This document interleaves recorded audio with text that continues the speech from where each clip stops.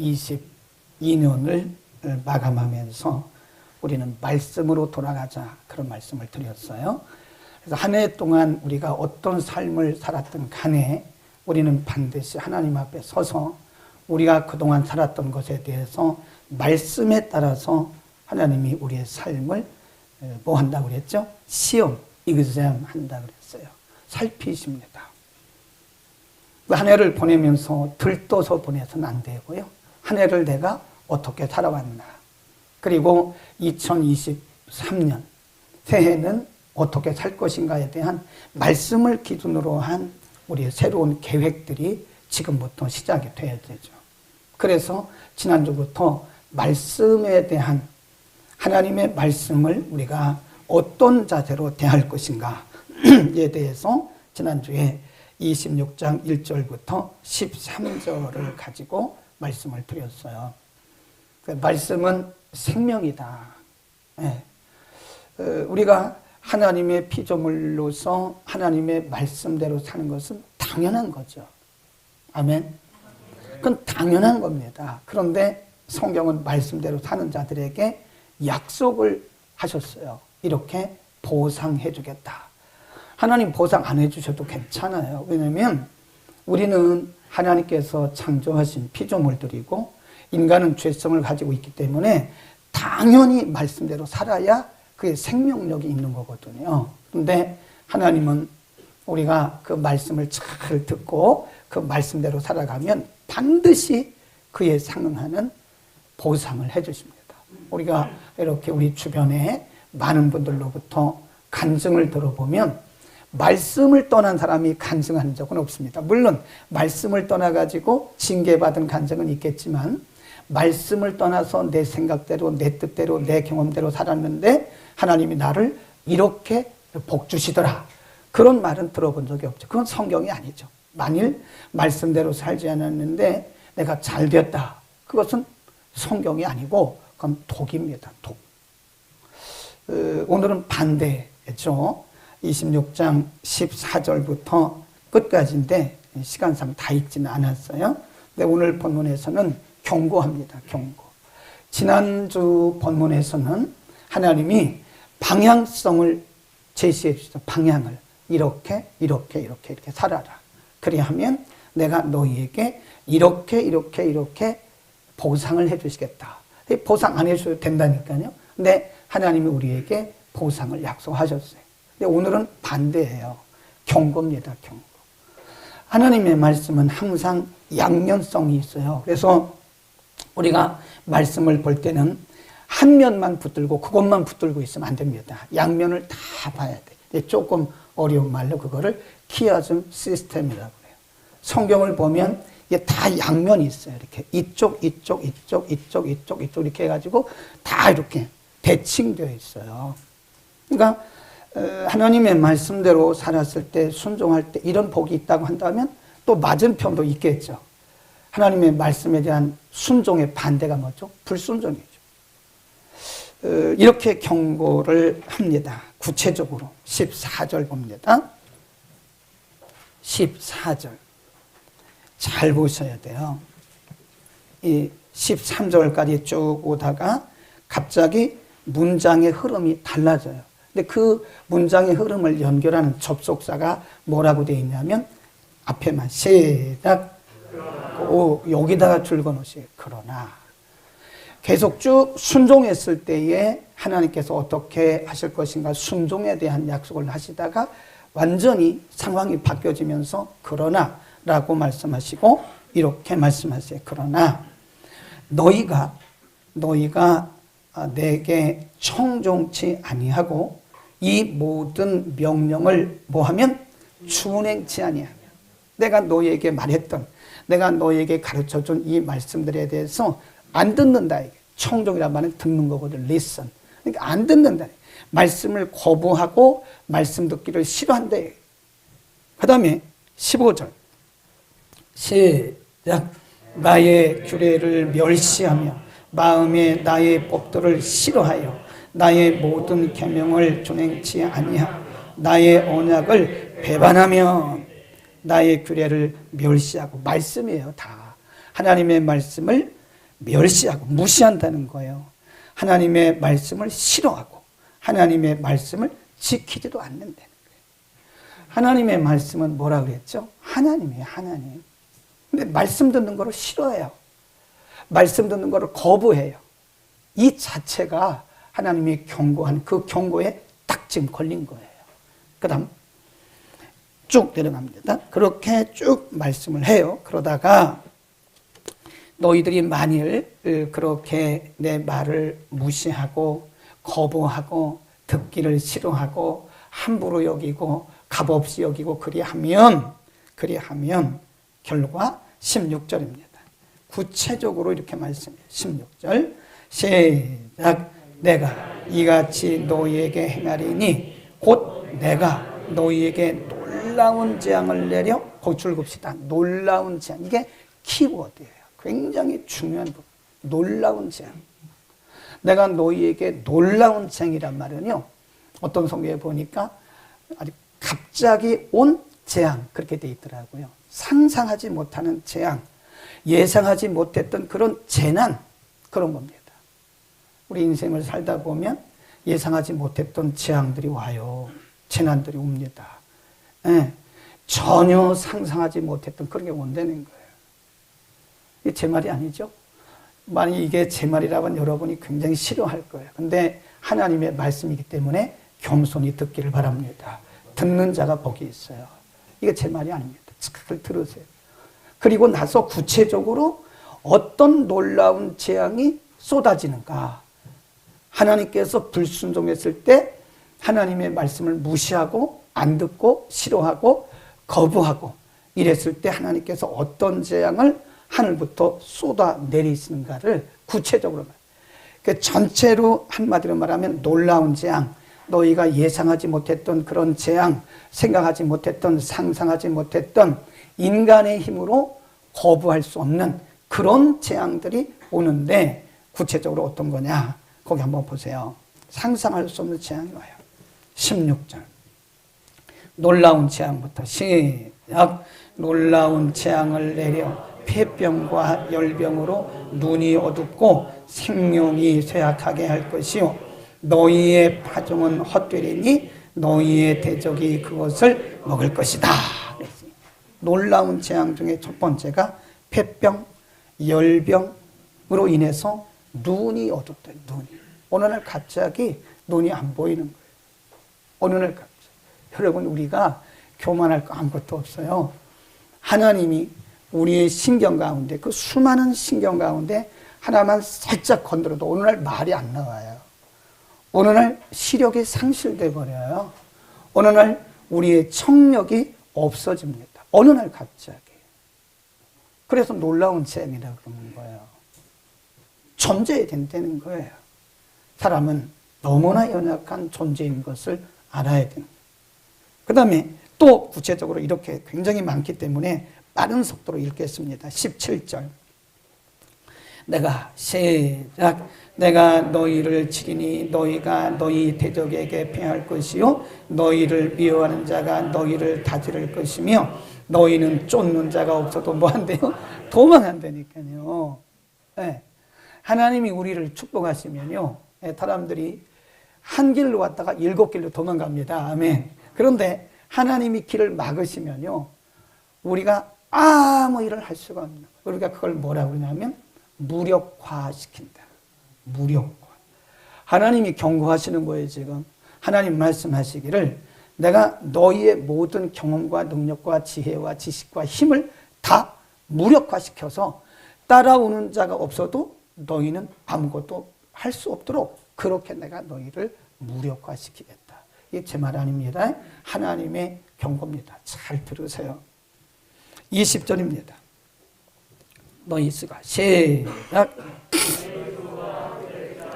땅은 그 산물을 내지 아니하고 땅의 나무는 그 열매를 맺지 아니하리니. 그렇죠.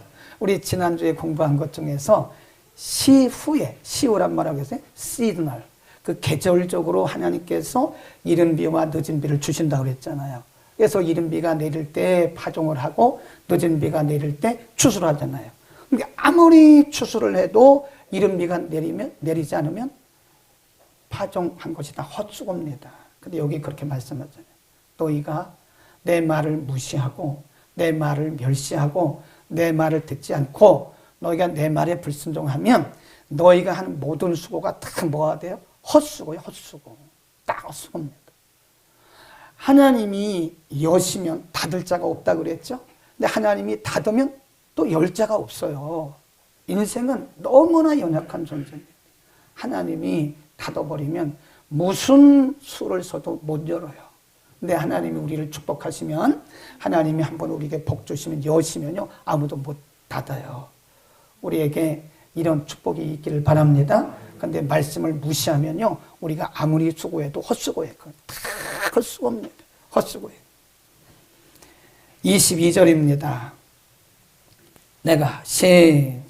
내가 들짐승을 너희 중에 보내리니 그것들이 너희 자녀를 움키고 너희 육축을 멸하며 너희 수요를 감속해 할지라 너희 도로가 황폐할 것이다. 이게 무슨 얘기냐면 장애물.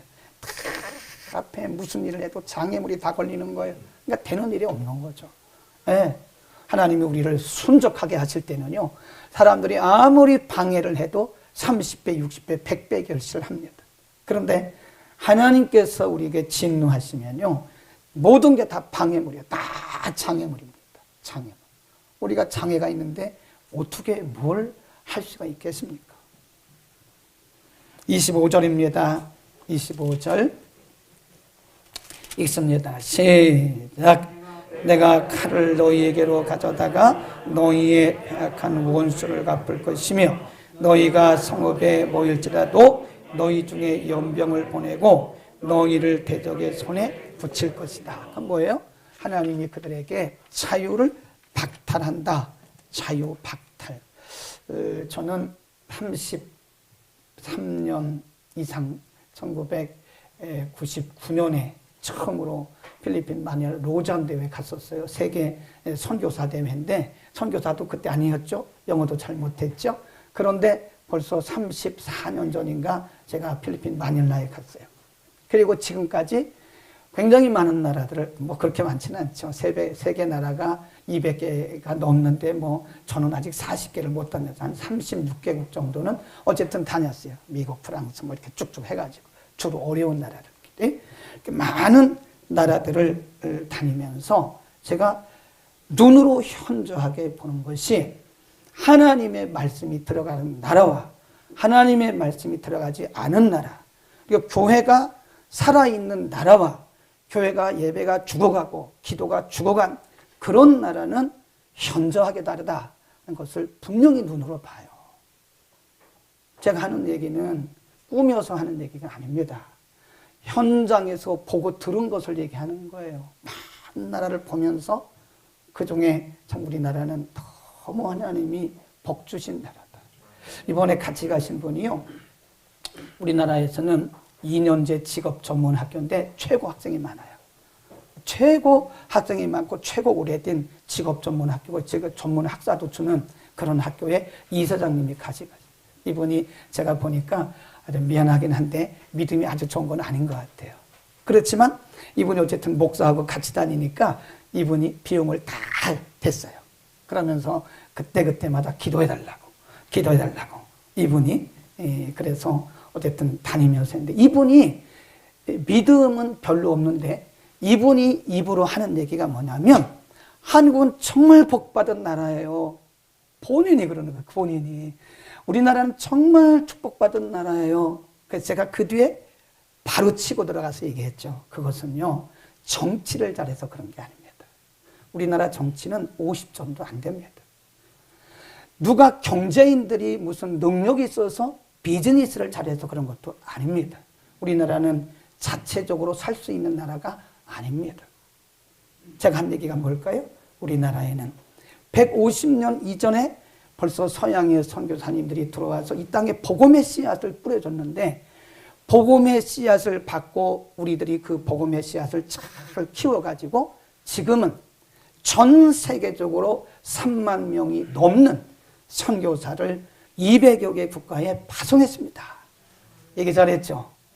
그 얘기를 했더니 이사장님이 그렇군요 그러면서 더 맛있는 거 사더라고. 맞아요. 우리나라는 하나님이 돕지 아니하시면 우리가 뭐 지하자원이 납니까? 석유가 뭐 납니까? 지하자원 다 고갈됐어요. 우리나라는요. 그것도 반도입니다. 반도.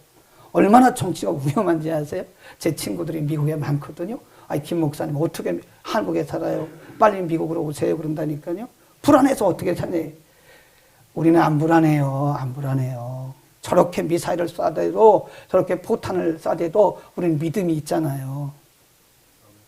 잘 뭔 얘기인지 모른가 봐요. 믿음이 너무 좋아서 미사일을 막 쏴대도 그냥 잔다니까요. 불감증에 걸린 거예요. 불감증에. 세계가 놀랍니다. 세계가 놀래요. 세상에 이런 나라에서 어떻게 그렇게 코를 골고 자냐 이거예요. 불감증에 걸렸어요. 네, 저는 확신합니다. 한국교회가 이렇게 살아있는 한, 이게 한국교회가 살아야 돼요. 코로나 때 예배가 죽었거든요. 한국교회 예배가 정말 많이 폐쇄됐거든요. 다시 회복해야 돼요. 우리 대한민국이 사는 길은 하나님밖에 없어요. 아멘. 하나님이 이 민족을 지켜주시지는 우리는 살아날 길이 없습니다. 길이. 근데 한국에서 왔다 그러면요. 사람들이 다 우리를 그냥 웰컴 해줘요. 다 인정해 줍니다. 네. 이번에도 미리 컨펌을 받고 가야 되는데 이 친구들이 충청도 사람도 아닌데 늦어요. 아무리 연락을 해도 연락도 안 받아요. 그냥 무조건 가는 거예요. 가니까요. 막 그 경비원도 와가지고 냄새 맡고 우리가 목사라 그랬는데도 마약이 있는지 와서 냄새 맡고 별걸 다 하더라고요. 어디서 왔냐고. 나 코리아에서 왔어. 직업이 뭐냐 그래. 목사야. 그랬더니 그때 탁 이러더라고요. 이 필리핀 사람들이요. 존경하는 사람들에게 보통 존경하는 사람은 이렇게 인사를 하고요. 아주 존경하는 사람은 이렇게 인사합니다. 저도 이번에 이런 인사를 참 많이 받았어요. 제가 항상 이 차이나 이걸 입고 다니잖아요. 목사인 걸 아는가 봐요. 여기 써 있어요. 목사라고. 이렇게 인사하더라고. 제가 훌륭해서 그런 게 아니에요. 한국 사람. 전 세계적으로 3만 명이 넘는 단일 국가로는 최고의 많은 선교사를 파송한 우리나라가 이렇게 선교사를 파송할 수 있는 것은 국력이 있기 때문에 그런 거예요. 우리나라가 우크라이나처럼 저렇게 정세가 불안해 보세요. 우리나라 경제가 완전히 가라앉아 보세요. 무슨 선교를 합니까? 안 된다는 거예요. 하나님이 이 민족을 사랑하신 것은 우리의 조상들이 눈물로 기도하고 몸들여 헌신하면서 희생한 결과 오늘날 우리가 이것을 누리고 있는 거예요. 그런데 이거 여러분 장담하면 안 됩니다. 그 다음 쭉 많은데요. 몇 개만 더 하고요. 29절로 갑니다. 29절 시작. 아들의 고기를 먹을 것이 딸의 고기를 먹을 게 없어가지고 인육을 먹는 인육. 인육이란 말은 사람을 잡아먹는 거예요. 왜 그러죠? 심한 기근. 사람이 먹을 게 없으면요 자식 잡아먹는데요. 인육 먹는데요. 얼마나 기근이 심하면 이런데 상상할 수 없는 기근을 보내신다는 거예요. 뭘로? 불순종에 대한 하나님의 처벌로. 또 보세요. 이런 결과가 왜 오게 됐나? 40절. 우리 읽진 않았지만 40절. 시작. 그들이 자기 죄와 그 열조의 죄와 및 그들이 나를 거스린 허물을 자복하고 또 자기들이 나를 모함함으로 대항함으로 하나님의 말씀을 무시하고 하나님의 말씀을 멸시하고 하나님을 대항한 그 결과 너희가 이렇게 됐다라고 말씀하시고 예고를 하고 있는 거예요. 그 말씀이 43절까지 쭉 합니다. 43 시작. 그들이 나의 법도를 싫어하며 나의 규례를 멸시하였으므로 거기까지. 그들이 내 법도를 싫어하고 내 말씀을 멸시하였기 때문에 그런 것이다. 여기요 우리가 19절을 꼭 봐야 되는데 19절을 찾으셨어요? 동그라미 여러 번 해놓으세요. 이게 별 5개짜리입니다. 19절을 보면 하나님이 왜 이렇게 무시무시한 말씀을 하셨는가? 시작. 옳지. 거기까지만 읽으면 돼요. 네. 내가 너희 세력을 인한 뭘 꺾고? 교만. 그러니까 하나님의 말씀을 안 듣고 무시하고 멸시하고 불순종하는 것은 뭐 때문에 그랬다고 그래요? 세력을 인한 교만이래. 교만을 인해서 그런 거기 때문에 내가 너희의 교만을 꺾기 위해서 내가 이와 같은 징벌을 너희에게 내리겠다. 꼭 기억하시기 바랍니다. 우리가 하나님의 말씀을 무시하는 게 그게 제일 교만이에요. 어떤 사람들은 윤리적으로 도덕적으로 보면 참 사람 좋아요. 너무 좋아요. 법이 없어도 살 것 같아요. 그런데 막상 말씀의 자를 딱 갖다 대놓으면 말씀을 싫어해요. 말씀을 무시해요. 말씀을 멸시해요. 말씀을 듣기도 싫어해요. 불순종해요. 그게 제일 큰 죄예요. 윤리적 도덕적 죄보다 더 큰 죄가 하나님의 말씀을 무시하는 죄입니다. 사람들이 이렇게 말해요. 아, 목사님 그렇게 좀 말씀 좀 하지 마세요. 저 사람 얼마나 착한지 아세요? 저 사람은요, 저 사람은 말이 그렇지 법 없어서 살아요. 법은 무슨 법인데? 하나님의 법을 거두렸는데 무슨 법이 없이도 살아요? 아닙니다. 하나님의 말씀 떠나면 인생은 불행해져요. 아멘. 인생이 언제부터 불행해지기 시작하느냐? 말씀을 떠나는 순간부터 불행의 늪으로 지금 빠져들어가고 있는 거예요. 인생이 언제부터 실패하는가? 우리가 지식이 없어 실패하지 않습니다. 제가 방글라데시 가봤는데요. 세계 5대 빈국 중에 하나인데 행복지수가 제일 높은 나라 중에 하나가 방글라데시예요. 인간의 행복은 물질이 아닙니다. 결코 아닙니다. 전 세계적으로 GNP가 가장 높은 유럽에서 행복지수가 가장 낮아요. 우리나라는 몇 등일까요? 우리나라 젊은 층들에게 물어봤어요. 너네는 한국에서 사는 것을 행복하게 생각하느냐? 60% 이상이 불행하다고 생각한대요. 아니 여러분 생각해 보세요. 우리 자녀들이 없는 게 뭐가 있습니까? 우리 자녀들이 못 먹는 게 뭐가 있어요? 못 입는 게 뭐가 있어요? 얼마나 잘 먹고 얼마나 잘 입고 모든 거 다 누리잖아요. 그런데 이들이 말하기를 60%가 대답하기를 우리는 불행합니다라고 말한다는 거예요. 확실히 우리에게 말해주는 게 뭐냐? 인간의 행복은 인간의 물질에 있다. 사람이 언제부터 불행해지느냐? 언제부터 사람이 힘들어지고 사람의 삶의 의미를 잃어가고 방황하기 시작하느냐? 언제부터예요? 말씀을 떠나는 순간. 따라합시다. 말씀이 생명이다. 크게 하세요. 말씀이 생명이다. 제가 말씀이 그러면 여러분들은 저 동아파트 104동까지 들릴 만큼 크게 하세요. 말씀이 생명이다. 이것도 한번 하자고 멋있게. 시작. 말씀이 생명이다. 얼마나 중요한지 몰라요. 교회도 말씀 제대로 가르쳐야지 아무리 건물이 커도 소용없어요. 말씀이 제대로 선포되는 교회가 진짜 교회인 거예요.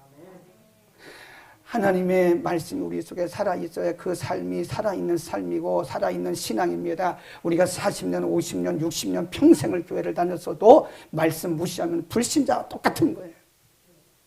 그래서 신앙의 연조가 그 사람의 신앙을 말한다? 그것은 등식이 성립될 수도 있고 안 될 수도 있고 거의 안 됩니다. 제가 볼 때.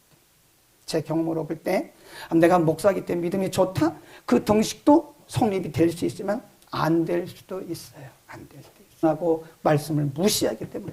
그래서 아까 뭐라 그랬어요? 말씀이 생명이다. 아멘. 말씀을 생명같이. 그래서 이 우리 보수주의 계통에서 이 복음주의 교회들은요 항상 말씀 읽을 때 벌떡벌떡 일어납니다. 처음 오신 분들은 이 교회는 왜 말씀 읽을 때 일어나지? 그러는데 제가 미국 가보니까요 보수주의 교회는 말씀 읽을 때 다 일어나요. 그리고 자 우리 이요한 지휘자님 집사님 말씀 읽어주세요. 그럼 앉아서 읽는 게 아니에요. 성경을 벌떡 일어나가지고 이렇게 말씀. 그게 뭐죠? 말씀을 그만큼 우리가 존귀히 여긴다고 하는 것을 보여주는 겁니다. 자, 마지막 하나.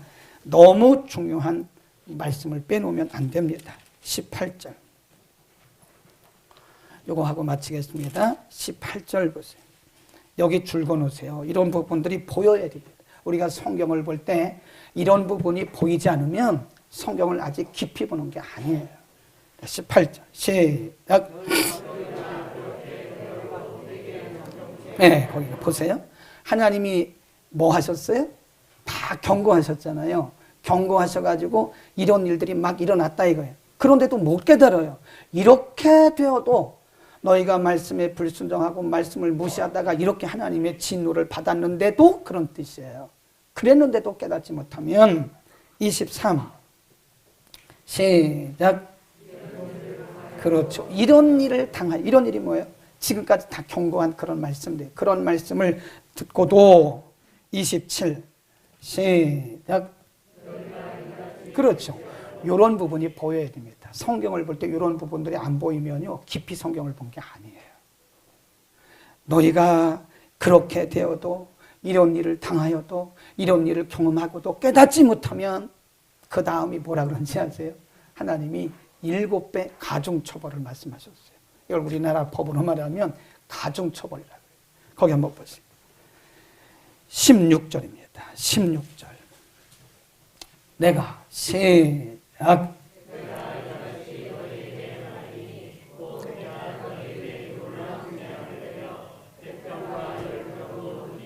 거기까지 18절 시작. 너희가 그렇게 되어도 내게 청종치 아니하면 너희 죄를 인하여 내가 너희를 몇 배나? 7배 7배나. 히브리 사람들은 7배가요 꼭 7배를 얘기하는 게 아니에요. 많은 수를 얘기하는 겁니다. 굉장히 많은 수를 완벽하게 7이라고 얘기를 하는 거예요. 24절 시작. 너희에게 대하여 너희 죄를 인하여 너희를 몇 배나? 7배. 이 부분을 잘 들으셔야 돼요.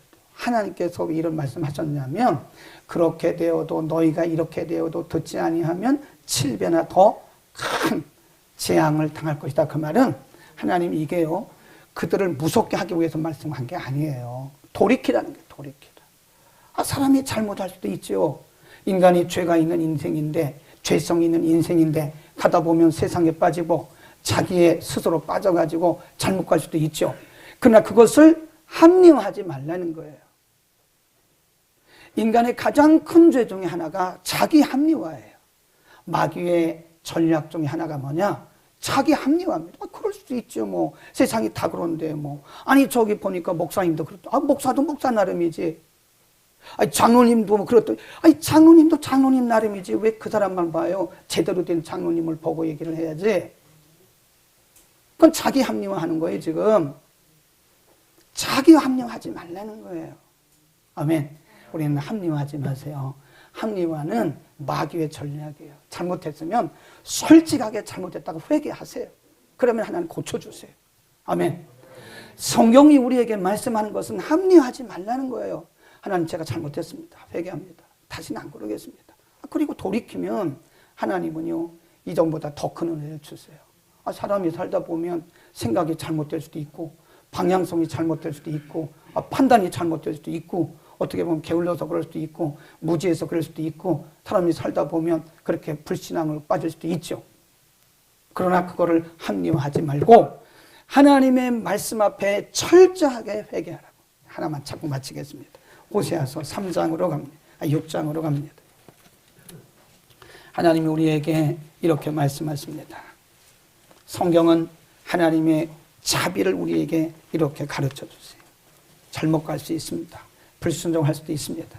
그러나 우리가 거기서 마치면 안 돼요. 합리화하면 안 돼요. 1261면입니다. 호세아서 6장 1장 시작. 오라 우리가 여호와께로 돌아가자.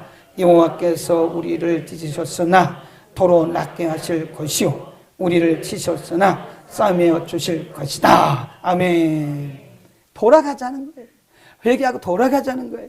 돌아가면 하나님이 우리를 치셨지만 하나님이 우리를 다시 고치실 것이다. 하나님이 우리를 찢으셨지나 하나님이 우리를 다시 꿰매어 주실. 이게 뭐죠? 회복시켜 주신다. 하나님이 하시고자 하시는 말씀 바로 이거예요. 돌아가라 이거예요. 말씀에서 불순종하고 말씀에서 떠난 거 다 내려놓고 회개하고 돌아오기만 하라. 돌아오기만 하면 내가 너희를 치유해. 너희를 회복시켜. 아멘. 오늘 이런 결단이 우리 가운데 있기를 축원합니다.